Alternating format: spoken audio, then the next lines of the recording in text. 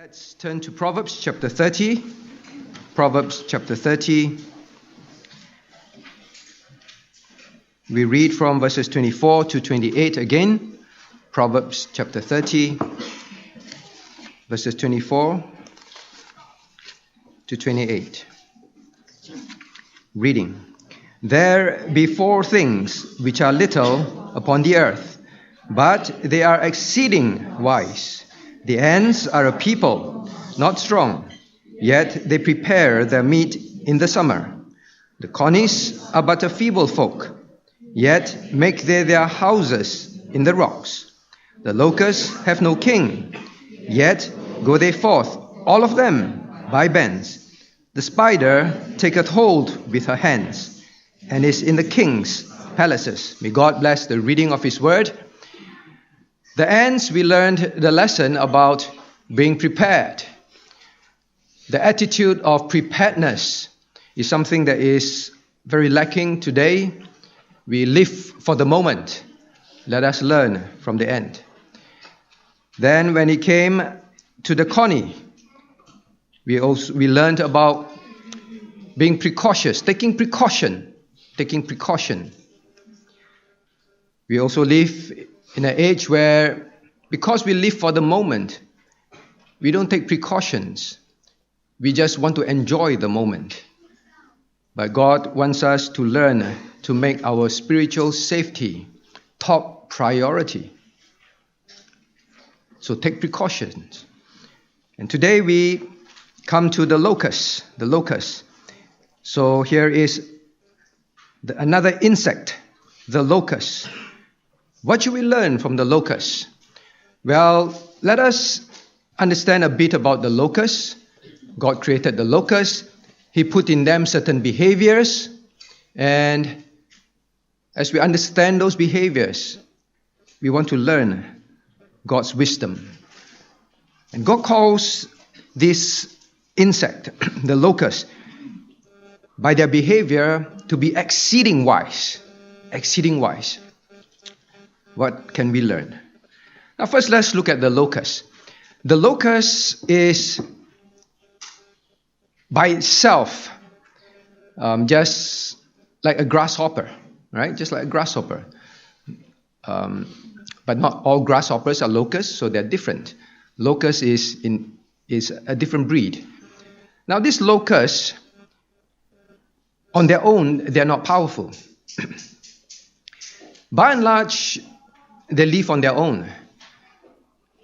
But God draws us to a particular aspect of the locust behavior. And if you look at the verse, verse 27, they go forth by bands. By bands. It's when they come together as a band. Not rock band, band, like an army. An army. When they come together like an army. I didn't realize that the locusts, when they band together, is a very fearful thing to mankind.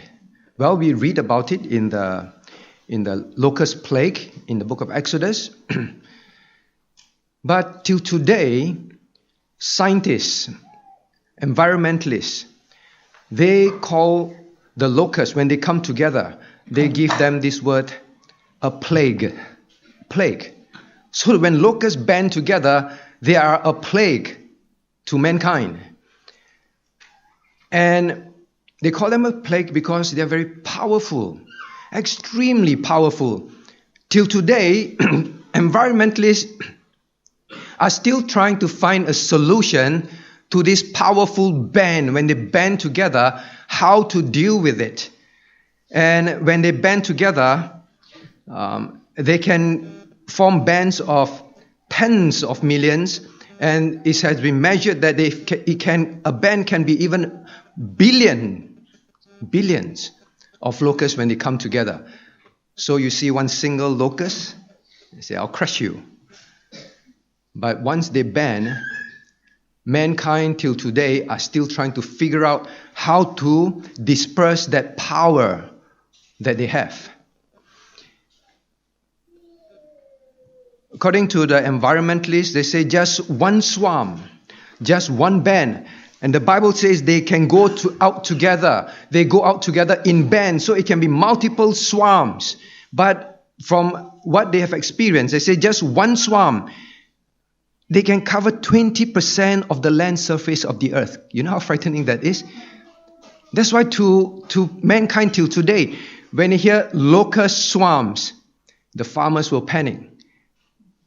Will we panic? You will find that Woolworth and Coles won't have much things on the shelf. Not much things on the shelf. Mankind will suffer. So they can easily cover 20% of the earth, and they can easily affect, just one swarm, affect 10% of the world's population. Just one swarm. And they can consume up to 200,000 tons of vegetation, one swarm per day. So you just need 5 swarms. All right, Elim, all right, those students. 5 swarms can cover how many percent of the earth? Too early.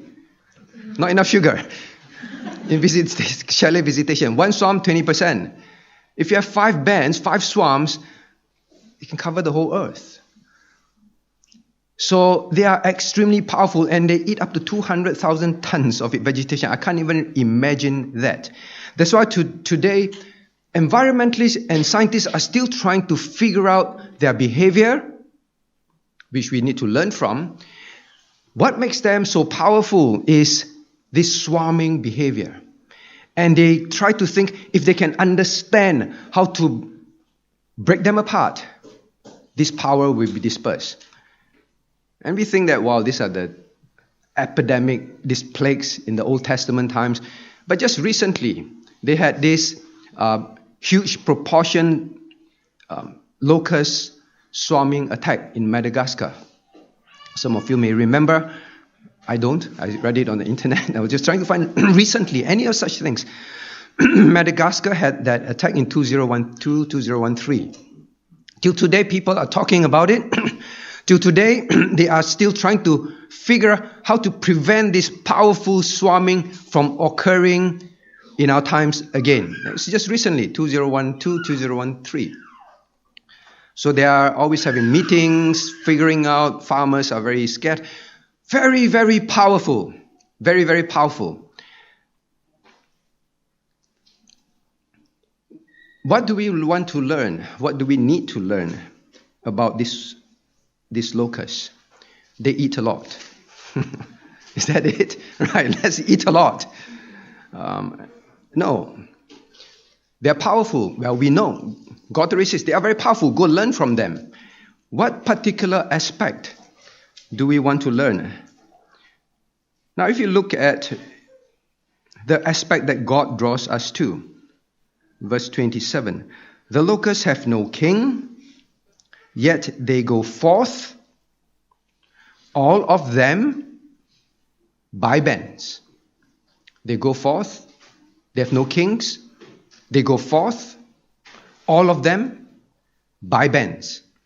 What is the aspect that you think God is drawing our attention to? What do you think? The power of the locust band is in their unity. In their unity. When it is a single locust, they are no threat to humankind. And when they band together, they may not be a threat to humankind. But because they can move together, you look at the aspect, they go forth.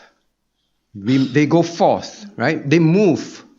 How do they move? All of them. All of them. They are very united when they go forth. Every single one, all of them, draws our attention to each one falls in rank, right? In fact, this word band is like they're falling in rank. They stay in rank. Every single one, all of them, they stay in rank. That is what makes them powerful as a band. Their unity, drawing us to the understanding of their unity, not how much they can eat, right? Their unity. But what is this unity about? Is it simply unity? What aspect of unity? Then look at the verse again, verse 27. What do you think is the aspect? I forgot to ask questions, I realized. So everyone's like, oh, good, no questions.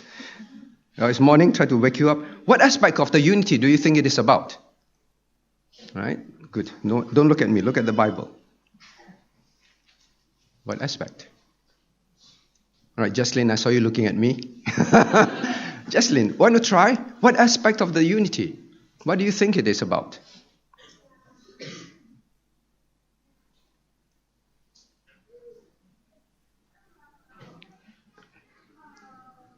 Unity around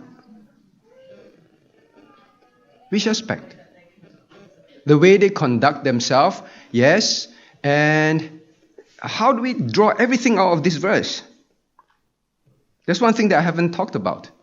Jonathan? Jonathan is nodding his head. Yes, Jonathan. They can do so without a king. They can do so without a king. So what aspect of unity that makes them so powerful? The second part tells us they're very united. They go out together.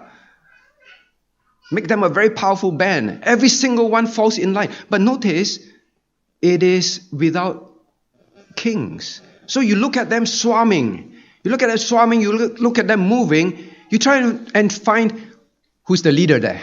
Who's the leader there? You won't see it. They change direction rapidly. They move rapidly. They go from farm to farm. And you try to find a leader, you won't see it. But yet, they move together very unitedly. Very unitedly. You try to get two persons to do the same thing, move rapidly together, and always go in the same direction. Maybe not so difficult. But parents will say, no, just 2 kids driving me crazy. Try to get 3, it gets some more challenging. Well, church, try to get 100. Pastors pull out hair. So difficult. So difficult. We are not a big church. So difficult. Small churches also find that struggle to get people to be united. So difficult. But here we are talking about thousands, millions, billions. But God says, notice one thing. They are moving in bands together, and every single one of them falls in line, and they are very united, right? But without a king. Without a king. Now is God saying kings are bad? Leaders are bad? All right, so here ends the lesson. We don't need pastors, we don't need session, we don't need board, we don't need government. This verse tells us kings are bad. Is God saying that? Definitely not, because you look at just the next part of the verses we don't have time to cover. Look at verse 30. A lion which is strongest among the beasts and turneth not away for any. A greyhound and a he-goat also. And a king against whom there is no rising. And God says in verse 29, these 3 things are comely. These 4 are comely. Means they are very attractive. Very beautiful sight. The king moving. The king. And he says learn from this. So kings are not bad. Not evil. God is not saying ignore leadership. Let us be a brethren church. Dr. Koo was mentioning brethren church. Should not have anyone to lead. Everyone is the same. We are all busy locusts. Be the same. Should not have king. Right? Look at the locusts. Is God saying that? I want us to be clear. God is pointing us to a certain aspect. The point is this. Even without any leader telling them, they act united. Even without leaders constantly needing to tell them, can you please be united? Can you please, so there's no one in there, can you please eat? Can you please eat? Can you please eat? We don't like these humans, let's destroy them. Can we please eat? They just do. Parents, isn't that nice? Yeah? You tell them in January, all right, term start, study, eat, sleep, don't play computer games, and then the rest of the year, they do it. You find that next 5 minutes later, remind again, right? So it's not saying that they don't need and kings are bad. It's simply pointing us to the fact that they are so united, they don't need to be reminded again and again and what to do. Once they know, they do it. And they keep doing it. That is the point, all right? Do you understand? Please understand. Go back and say we don't need leaders anymore. So then we ask ourselves, what aspect of this unity then? Because being united is so broad. Let's be united. Why can't we be united? What can we learn from the locusts to be united?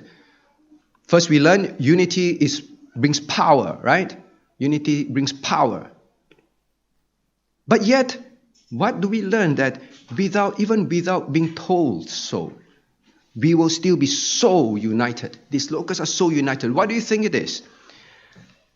The lesson I believe we need to learn is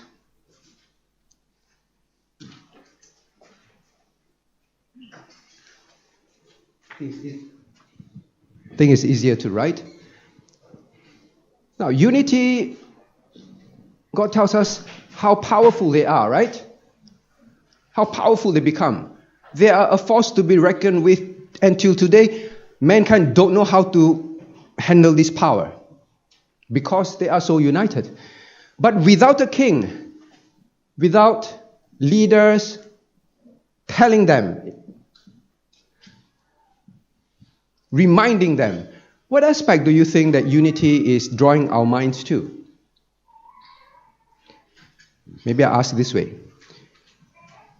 What would make you be so clear in your mind, this is what I need to do, I'll keep doing it? Survival.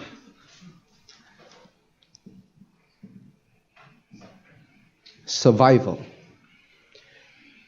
One single locust, when there is lack of food,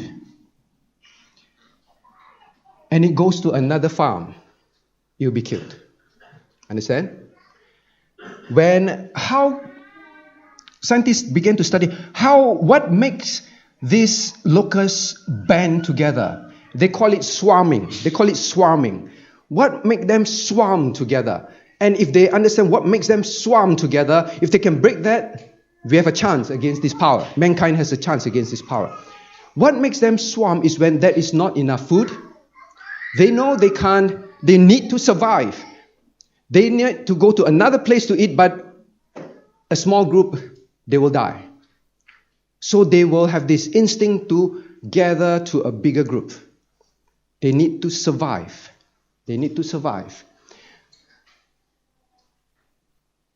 Another way of putting it, they all know we need to survive. We need to stay in existence, correct? They all have the same purpose. They all claim the purpose. We want to survive. We want to continue to exist. And in order to do that, we need to be united, even without anyone telling us we are all of the same mind, because we all have a single purpose. Correct? Purpose unites a people. Purpose unites the locust. So the lesson I want to draw our attention to is, from the locust is, so this answer to question number 1, right? Purposeful unity. Not just unity, but purposeful unity is what we learn. Because without the leader just says, we need to survive. Well, they need to survive. Parents just say, study, you need to study. Purpose is made known. Don't need to be telling us again and again. The purpose is clear. We want to be united around that purpose. Now, what do I mean by purposeful unity? It is to be united around a common purpose. Sorry, my handwriting not as nice as Reverend Koo. I hope you can read. Right? To be united around a common purpose. Purposeful unity is, I want to be united, and this is to be united around a common purpose. And also, purpose. To be united. To be united around a purpose. And purpose. To be united. Purpose. To be united. This is what I mean by purposeful unity. How do we know this from the locusts? How do we know this is their behavior? They have a common purpose. Don't need leaders to keep reminding them. They're very united around that purpose. And at the same time, we will see their behavior. They purpose to be united. They purpose to be united.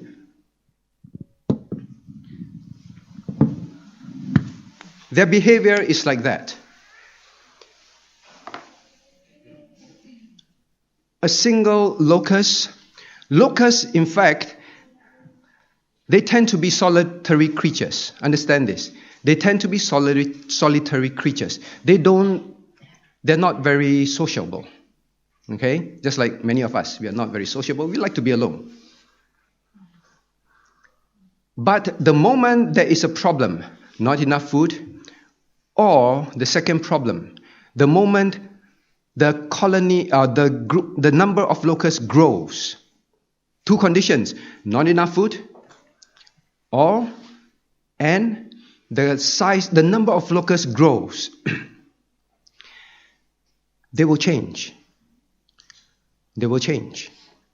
Change how? Locusts are generally green in color. Right? They are green in color. They're green in color. When they are in the green state, right? God says, go observe them. So I have to go and observe them.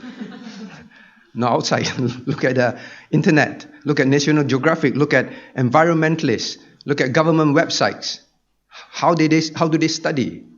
What do they notice? They are green, but the moment they grow in numbers or they need to band, they change color.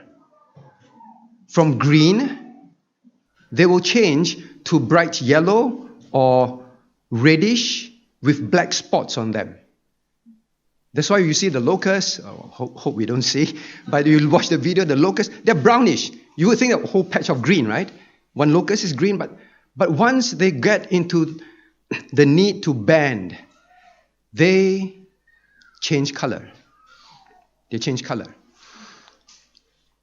In fact, what scientists call it, they move from solitary behavior to, this is interesting, they call it gregarious state.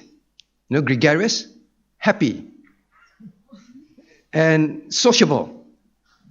Like the children, once they go out to the playground, go to the farm, they're gregarious. Oh, happy, laughing. Together, a group. So they change from solitary to gregarious state. That is how they call it. They become sociable all of a sudden. Usually they avoid. They see another one, they will avoid. They don't like crowd. But once they grow, they know, we have grown. We need to now band together. In fact, they say one locust will stay green. And all you need is 3 locusts. Just 3. They can begin to band. So it's very scary to the farmers. Once 3 are together, they start to knock into each other. And usually they say the hind feet, once those sensors are touched, they say, oh, this is a crowd now. 3 is a crowd. This is a crowd now. And their bending, their behavior begin to change. They change from one thing to be solitary. They begin to change. I need to change. There's more than one of me now. I need to become friendly now. I need to become gregarious now. I need to start thinking about crowd around me. I cannot be thinking about myself anymore. So the behavior changes. Now, when they know that more people, more locusts are getting together, they need to change their behavior. I think the lesson for us to learn from the locusts is, do we want to be a powerful people of God? It depends whether we want to be united. And in order to be united, we must have a purposeful unity. There must be a common purpose. Then it will be wonderful. Church just says, be like that. Let's focus on this. Let's do this. Obey this in scriptures. The rest of the year, pastor do not need to preach anymore. They keep doing. That's the point. They remember and then they follow that purpose. So God wants us to learn that. And they purpose to be united. Once there is more than one of me, and when the group begins to grow, I need to change. They purpose to be united. They won't, this is crowded. I'm just going to avoid you. Go away. No. They stay in the band and say, we need to band. We need to survive. Do we want to survive as a church? We need to survive. Do you want to survive as a family? Do you want to survive as an individual? As an individual, you can't. And the moment church grows, the moment siblings, another sibling added, are you going to be jealous? More now. I need to be gregarious. I need to be friendly. Why do you do that? Number two, they purpose to stay united. They change. Will we change our behavior? Will we change our behavior? Will we have a common purpose? That is why the locusts are so powerful. The lesson for an individual is this. You cannot, and God wants us to learn that it is not good for you to be alone. You may not survive. We've been learning about fellowship, right? Reverend Koo made a few statements. We need each other. It's a mutual thing in the fellowship. God intended it to be doctrine and fellowship. It's a dynamic thing. We need to be aware that fellowship brings grace to us. It helps us as an individual. No man should be single man on a single island. God intends for us to learn.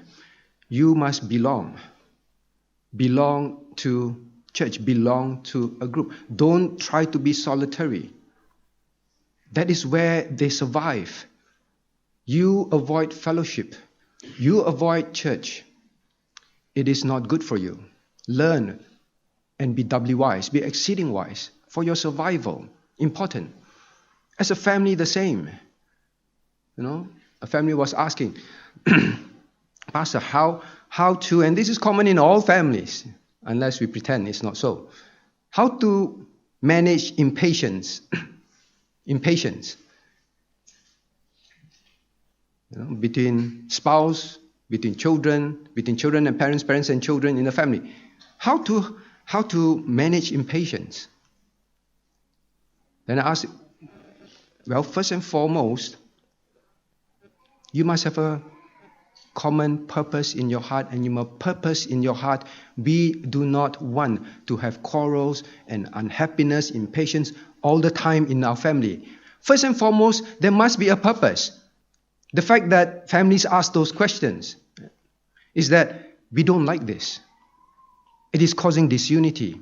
We are unhappy. Then you purpose. I purpose in my heart around a common purpose, and that is we want to be united. We don't want all these quarrels all the time. Now, after you have the purpose, when impatience rises in the family, that will threaten your unity. That will become a set way of behaving.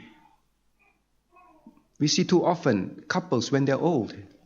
They are so impatient during their young days. When they're old, it's a common way of working. They talk to each other impatiently. They're impatient with each other. It becomes a set way. Then when impatience is rising, you purpose in your heart.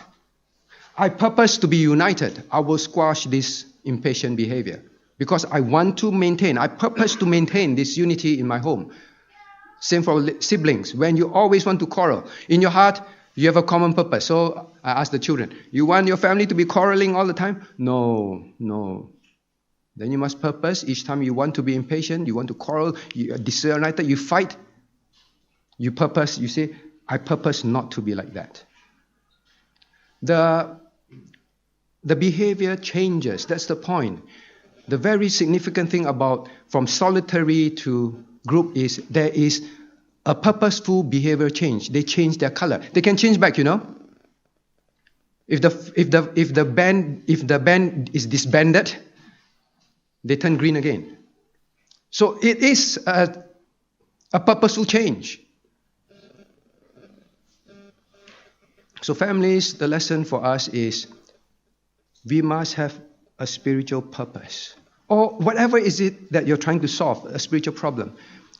There must be a common purpose and purpose to keep it. The individual, I've already said, don't think that I just come to church, I worship, I go home, and that's it. God says, band, learn from banding. Learn from banding. As a church, what do we learn as a church? I said in the beginning, this camp, I really hope that we learn much about church life. They continue steadfastly, not individuals. The group, they all continue steadfastly. Now the church must have a common purpose, be united. Number one, be united around that common purpose. And then whenever things happen, you purpose in your heart, I will stay and focus on this common purpose. I will stop being individualistic. I will think of the whole group. That is one of the challenge in any church, changes. Sometimes we need to make a necessary change. There will be individuals that say, I don't like this change. Now, if the change is something unbiblical and sinful, please dislike it. But if it is for a necessary, larger purpose, for the kingdom of God, for the church work, then be like the locusts. I change from being individualistic. No, this is not good for me, this is not nice for me, this affects me. Then we change like them. No, okay, this purpose is what the church have set. As a member, I've took a vow to support the leadership and to obey them, because I trust them. I hope that is why you became that. And therefore, when they make this purpose known, I will change from being solitary to gregarious, right? I'll be gregarious.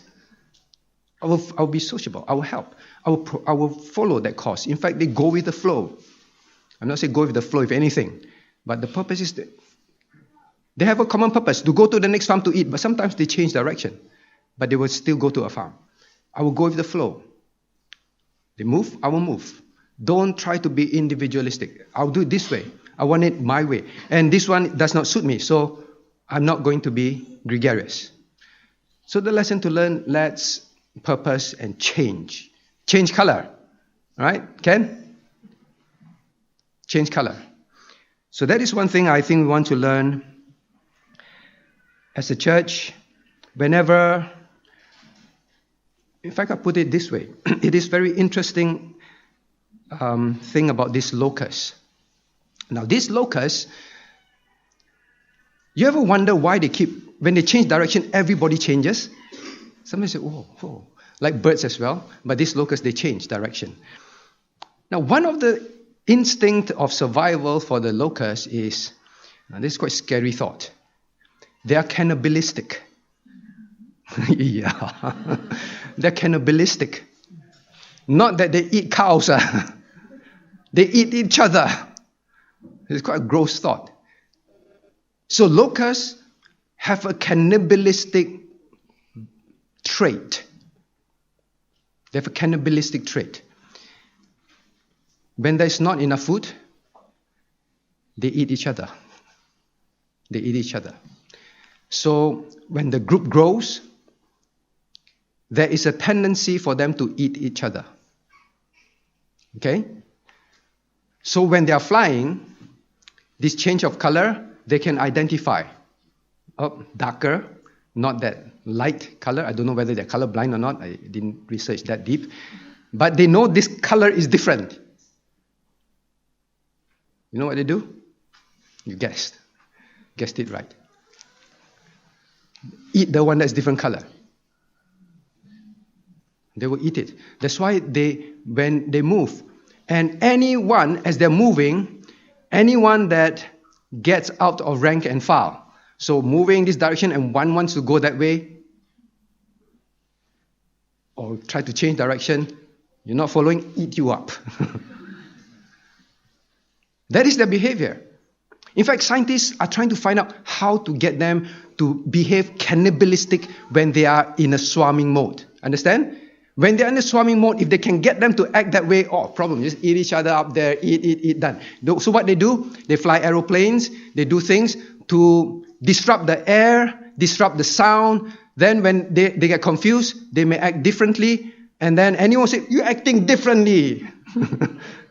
They eat each other up. So they do all sorts of things, but not successful because once the group is big, they realize no use. They do all sorts of things. Today, they're still trying to they still meet global meetings to try to solve this problem. They are so powerful as long as they stay with a common purpose. Changing direction, not good. They keep together and they keep rank and file. I'll follow. I know that the moment I don't follow, I cause problems. And when I cause problems, it is not good for me too. Can you realize that? Please don't think that Satan is only trying to devour someone else. Satan can cause you to cause behaviors, and you think, good, you see, I'm going to gossip, I'm going to say this. See that person in trouble with church now. Or people don't like this person now. They like me. You have just been devoured by Satan. It is not good for you and I. It is not only not good for the whole group.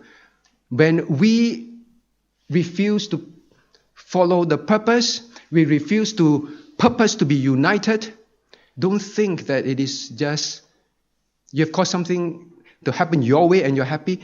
You are also in trouble. The power is lost. Happens in church. If the purpose is not evil, support the decision, go with the flow. If not, you can affect the effectiveness of the group. Just purpose in your heart to change. So what? All right, a bit uncomfortable for me, but I think of the locusts. They band together. Now, the other thing that we want to learn about this cannibalism is this. We have a cannibalistic nature. Do you agree? I love beef. I'm not talking about that. But our nature is we like to character assassinate someone else. We like others to not be liked. We like to ourselves to be liked. We like to eat up one another. The Bible talks about that. We kill one another. We kill one another. That's the behavior. So God says we have that behavior. Learn like the locusts. Change from that behavior to a gregarious nature, friendly. The moment there is more, and we know the purpose, I don't need church to keep reminding, can you please or not? Can you please or not? Can you please support this? Can you please? Don't need a king to keep reminding. They know the purpose already. They purpose to be in that direction with one another. We have a cannibalistic nature. Know that. We can disrupt the unity of a church. Please, and of the family. Young ones, when you are always quarrelsome among siblings, disobedient, you are disrupting the unity of the family. The family is trying to move in a certain spiritual direction. It will affect you too. Learn to, I'm not sure if this is a good way to say, learn to go with the flow. The locusts really go with the flow. They band together, they go with the flow. Now, unless the locust direction is to dive into a swarm and die, don't do that. But it's a good direction. It's to survive. It's to survive. So he said, change a bit, just change.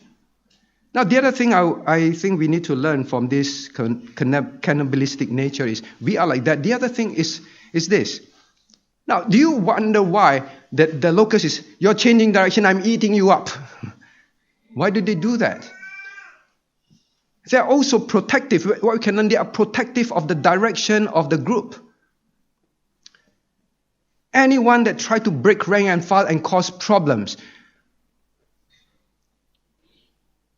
I will act.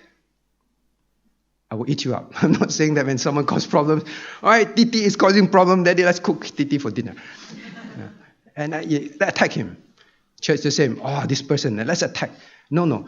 What they do is they try to preserve this purposeful unity. They do all they can. So another P for you. I don't know why this week is all P. All right. Now with this, put it this way. They do all they can to preserve. Now they not only promote. Right? I think this is what I want us to learn. This purposeful unity, the locusts not only promote this by changing themselves. You can only promote something if you yourself change, right? You can't say, I want the church to be united. I want the family to be united. I want to survive. You must promote that by your own action. And promoting is not enough. It's like that. Human cannibalistic nature. We want to kill each other, eat each other up in church or at home. The behavior is like that. As long as it doesn't affect me, I promote, right? But our behavior is the moment it affects me, I don't like it. I stop promoting. That's why preserving this purposeful unity is very important. They eat the other one because they know we need to preserve this banding, swarming behavior of us to remain united and powerful in our purpose. So they will eat each other up, eat the other one up. The lesson to learn is we must be so purposeful in preserving the unity of the family, of the church, that anyone who tries to sow discord, your reaction must not be one, I follow you, tell me more, let's gripe and let's gripe more, and let's promote this gripe to other people. Look, they are following us now. They don't like the church, or they don't like this group, or they don't like that. Now they like me. Don't be that leader. Follow the purpose. And when someone do that, what is the reaction of a family member or a church person? Now, this is very group behavior, so I don't want to go too much about individuals. Individuals is really learn to band, learn to be part of a group, be part of the fellowship. It's important for your survival. That's where you will find the grace to grow. But really, this is a band behavior. When someone comes and starts saying, the church, pastor, a deacon, and then you begin to know, changing to green again. Changing to green again. I'm not saying eat the person up. But you must have a protective... another P. This came up. There must be a very strong sense of protecting the purpose of the group. I won't let you do that. Hey, why are you saying that? Why are you doing this? Why are you calling people? Why are you doing... You must respond to protect the purpose, and purpose to protect the purpose, the unity. So the reaction must be one of keep the band so that it remains strong. Will you purpose to be like that? So they react like that because of that. I hope we understand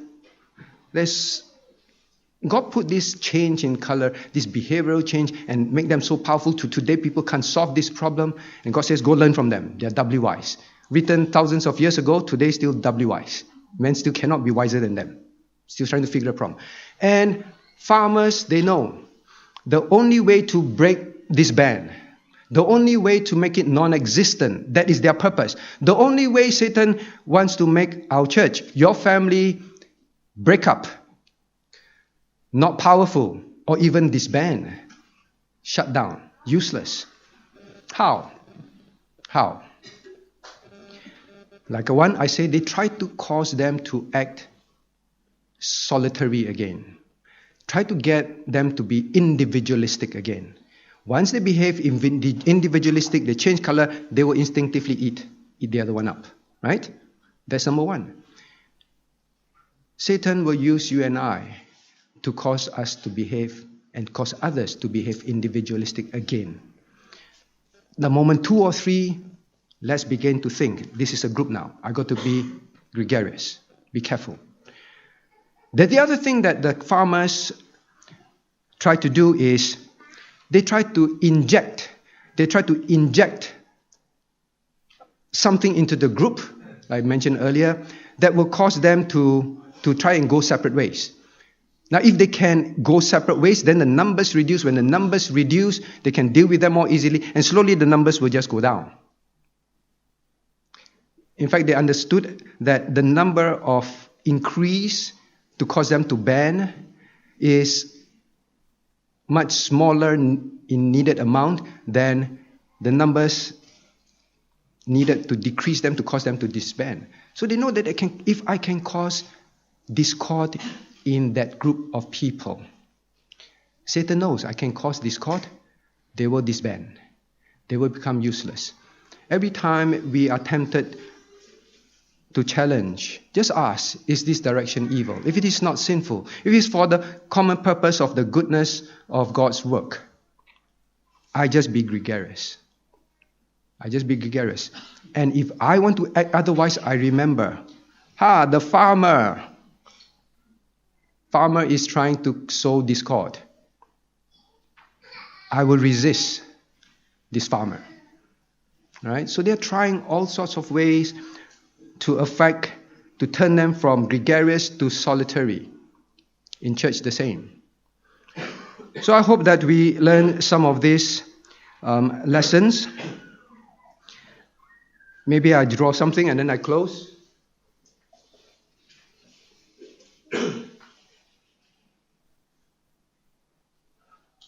Lesson. I hope this remains. Now, this is purposeful unity. It's not just about unity, all right? And it makes them very powerful. And it is 2 things: to be united around a common purpose. To be united around a common purpose. And it is purpose to be united. I will change color, and I will not tolerate anyone that try to change color and cause problems. This makes us, your family, the individual, the church, a power to be reckoned with that it's very difficult to disband. Just remember this picture of the behavior of the locusts. None in there try to be, I want to be leader, I want to be leader, I want to be individualistic.